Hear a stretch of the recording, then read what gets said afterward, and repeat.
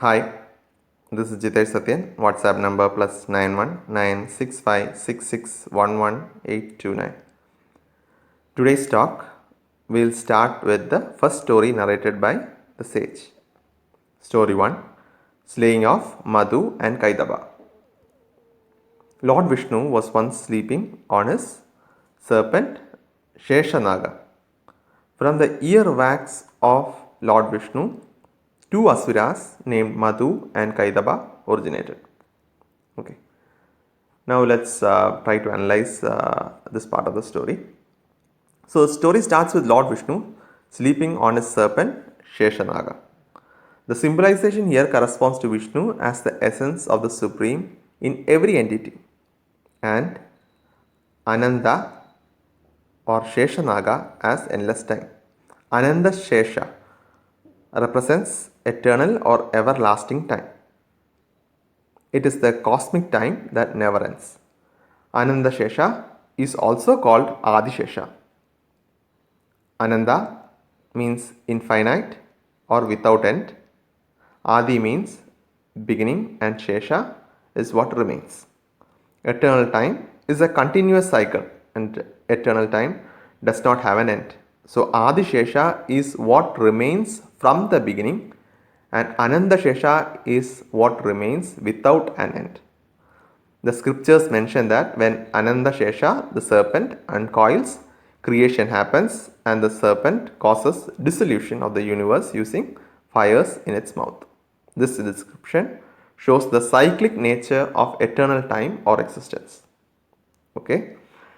Proceeding further, from Lord Vishnu's earwax, two asuras named Madhu and Kaitaba originated. In the actual Sanskrit verse, the term mala in the ear or impurity has been called out. The impurity here represents the first obstruction that the aspirant faces, which is mala or the obstructing power of tamas pradhana prakriti. As previously discussed, the impurity of the mind corresponds to craving or aversion for materialistic things. This is exactly what these two asuras represent. Madhu in Sanskrit means honey, and the symbolic significance of honey is to represent desire or craving for what is sweet, sweet in the materialistic sense. To represent sweet desire or sweet craving for something, the object of desire or craving is shown as Madhu. Kaidaba in Sanskrit means insect. Again, the symbolic significance of insect is to represent dislike or aversion. To represent dislike or aversion for something, the object of dislike or aversion is shown as Kaidaba, the insect. So the names used for the two asuras is an apt way to bring out the feeling of craving and aversion to the objects. Madhu corresponding to honey and Kaidaba corresponding to insect. Madhu standing for craving and Kaidaba standing for aversion.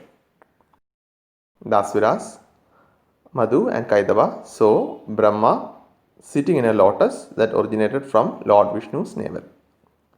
They approached Brahma with the intent of killing him. Now let's try analyzing this part.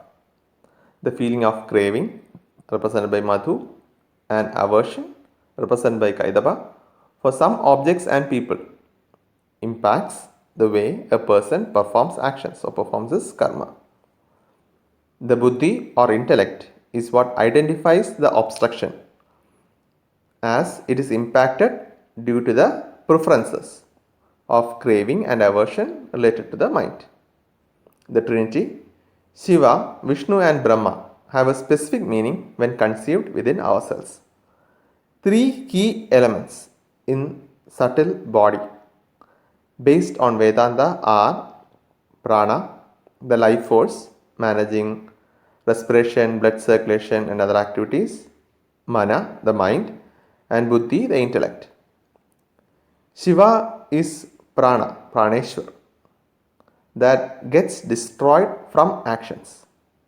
Vishnu is the mind element that always remains or is preserved, and Brahma is the intellectual element relating to creation of thoughts. So, Brahma, creation of thoughts associated to mind that remains preserved and translates to actions, which is related to Shiva. Vishnu sleeping hence represents the obstruction of the mind, and the Asuras attempting to attack Brahma shows the impact of the obstruction on the intellect. The consciousness of Brahman never sleeps. The supreme consciousness never sleeps. The symbolization here is only its masking or obstruction due to tamas pradhana prakriti. Tamas being inactivity or inertia, as discussed earlier. Okay, several Puranas have narrated the story of overcoming these three obstructions in light of the practice to be adopted with respect to that specific deity or the underlying philosophy. That is, here we have Parvati killing Madhu Kaitapa in story 1, Mahishasura in story 2, and Shumbha Nishumba in story 3 from Markandeya Purana. Similarly, in Skanda Purana, we have Kartikeya or Skanda killing first Surabhatman, 2 Simhamukhan, and 3 Taragasura. Also, we see even in the epic Ramayana, there are three obstacles which Hanuman has to pass before he reaches Lanka. So, the three obstructions to be overcome is a common element in most of the Puranic stories. When Madhu and Kaitaba started approaching Brahma, Brahma realized that Vishnu was in deep sleep and started praying to goddess Yoga Nidra or yogic sleep to awaken Vishnu so that Vishnu can slay the two Asuras.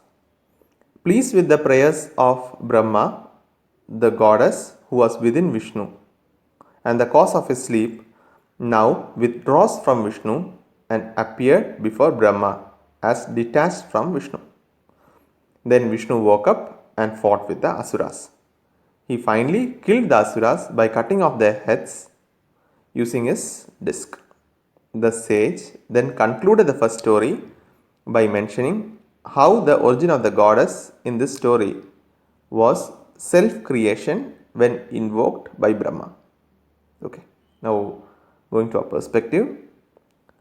Brahma prays to goddess Yoga Nidra, yogic sleep, to awaken Vishnu so that Vishnu can slay the two Asuras. The reference here is to the yogic sleep of Vishnu, which is used to symbolize a period of inactivity after cosmic dissolution, before creation starts.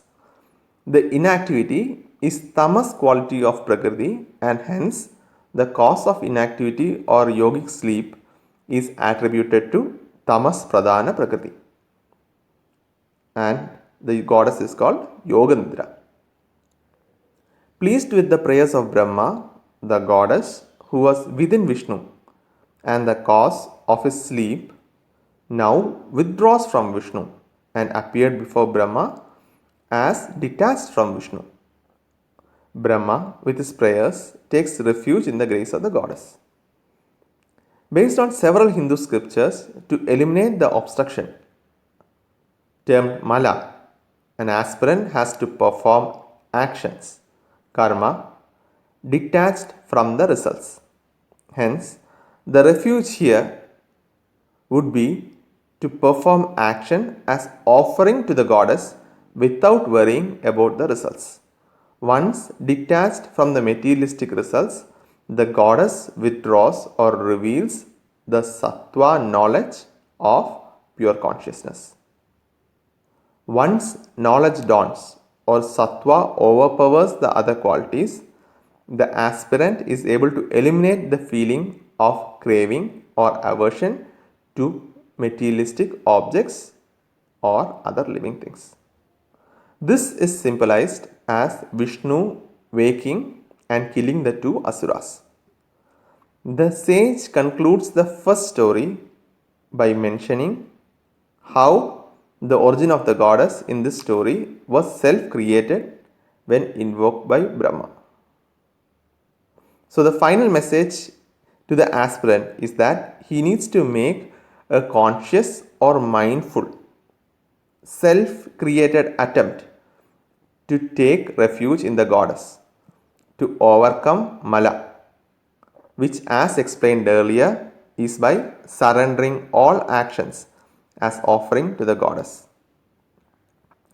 Only then the disc Sudarshana, as mean true vision, dawns on the aspirant. Probably you are listening to this because the Brahma in you requested help from the goddess to wake up the godliness in you. If you have overcome Madhu and Kaidaba, which is likes and dislikes about food, clothing, people and other aspects in life, then the obstruction from Tamas Pradhana Prakriti is overcome. Thanks for listening.